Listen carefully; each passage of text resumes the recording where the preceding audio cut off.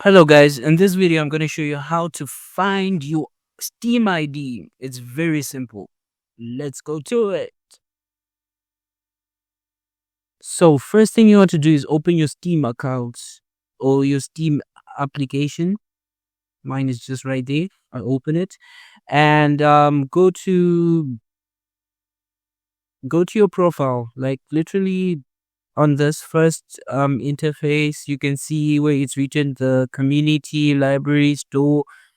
My username is Bruce Wayne, so just click on your username, and then from there you can see there's a link which is here. So I'll just copy that, and then after copying that, I open my notepad and I paste.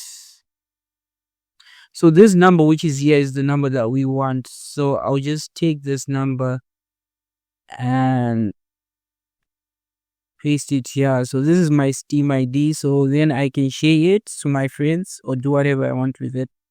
So that's how you can see your Steam ID. But if you're using another Steam account, there's a setting that you need to enable. So you go to settings, and then settings, and then you go to, sorry about that. Then you go to interface.